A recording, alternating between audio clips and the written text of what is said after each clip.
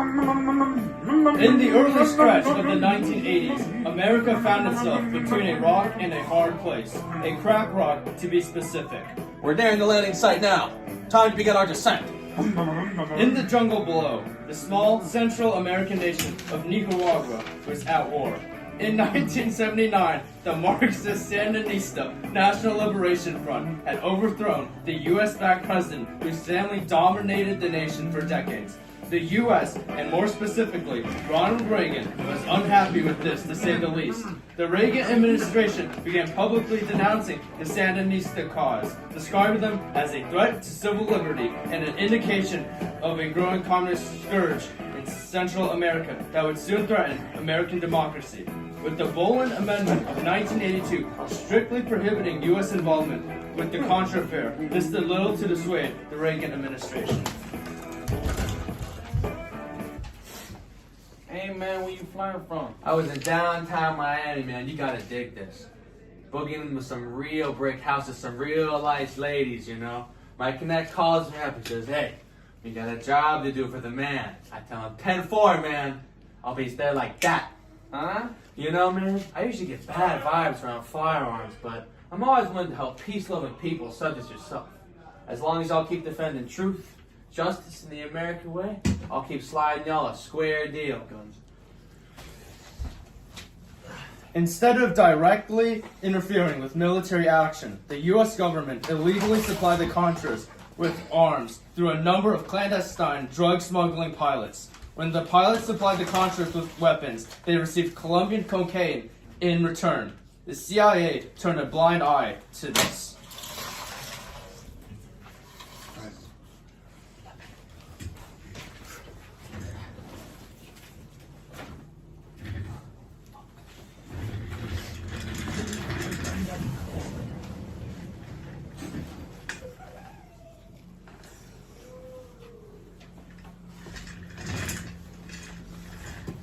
Shut up, infidel!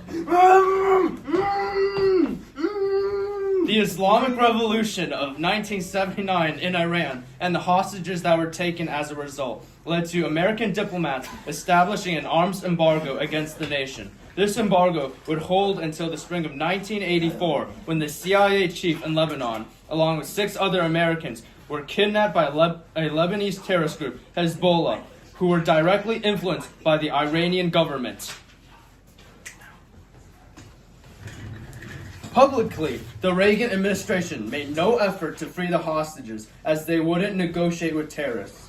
Behind the scenes, however, Reagan ordered his advisors to seek a solution. The solution settled on was a sale of missiles to Iran in exchange for freeing of the hostages. The money that the U.S. government gained from the arms sales was in turn used to fund the illegal supply of arms to the Contras halfway across the world.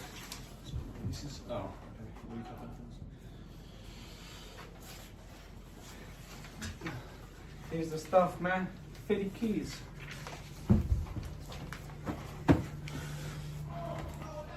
Be careful, man. How you say? The DEA is always watching. Big brother only helps you so much. Peace out, brother. I'll catch you on the flip side.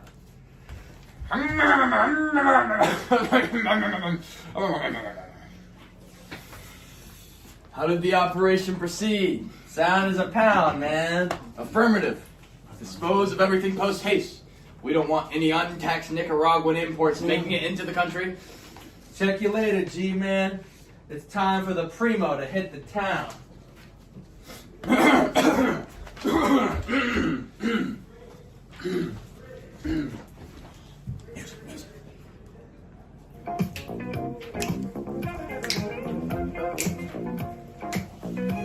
Hey, brother, what's the buzz? Check this, man. I got in some of the finest Colombian blow. 50 keys. This stuff is gonna move quicker than a New York minute. Hey, sounds legit, man. Hey, you mind if I check your wares? No problem.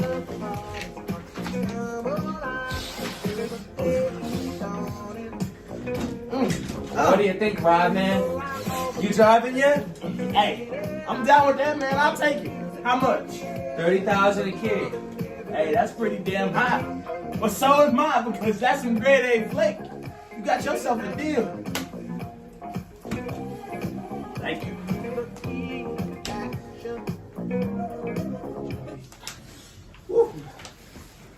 Rodney, man. I need that. I need it bad. Please, Rodney, I'll do anything. Hey. Watch the suit.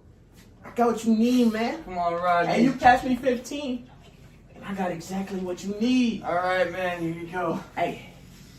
Cocaine trafficked from the Contras by CIA-backed pilots converted into its freebase form, crack, flooded poor urban communities, ultimately sparking what was termed the crack epidemic. The rapidly climbing numbers of crack cocaine abuse and overdose in America was a major catalyst for the Reagan administration doubling down on America's war on drugs. I need it, right.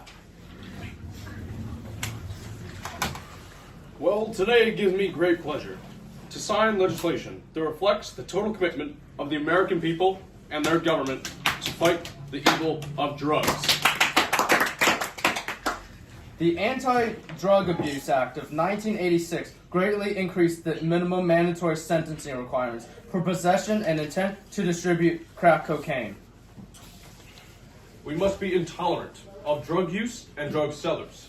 We must be intolerant of drug use on the campus and at the workplace. We must be intolerant of drugs, not because we want to punish drug users, but because we care about them and want to help them. This legislation is not intended as a means of filling our jails with drug users. What we must do as a society is identify those who use drugs, reach out to them, help them quit, and give them the support they need to live right. Without any chemical or medical justification, the punishments for crack possession were 100-fold greater than pure cocaine hydrochloride, disproportionately affecting poor minority communities. As a result, in the years that followed Reagan's signing of the bill, millions of Americans were imprisoned on unjust charges that would see them behind bars for decades for possession of just a few grams of crack. Can't believe I got busted with 2 kilos in my truck going 120 on the highway. Can a guy have fun anymore? Those CIA G-men think that I can do their dirty work and then lock me up? No way, man. I'm going to the press. Despite the efforts of disgruntled pilots who had been imprisoned after trafficking cocaine, it was ultimately a leak from a senior official in the Islamic Revolutionary Guard Corps, Mehdi Hashemi, that led to the Iran-Contra affair being publicized. The charge has been made that the United States has shipped weapons to Iran as ransom payment for the release of American hostages in Lebanon. That the United States undercut its allies and secretly violated American policy against trafficking with terrorists. Those charges are utterly false. Despite ultimately admitting that the U.S. had supplied arms to Iran and the Contras even under the laws preventing it, Reagan wholeheartedly denied that the arms had been supplied to Iran in exchange for American hostages. This was patently untrue. The U.S. had supplied arms to Iran. The U.S. then used the funds from the arms exchange to fund the anti-communist Contras. This catalyzed the trafficking of cocaine into America, sparking a drug epidemic that rattled American communities for decades. In turn, the U.S. created mandatory minimum sentencing laws that unfairly targeted poor urban communities. Lives were changed, controversies were denied, and the culture surrounding drugs in America was changed forever. Woo! There we go.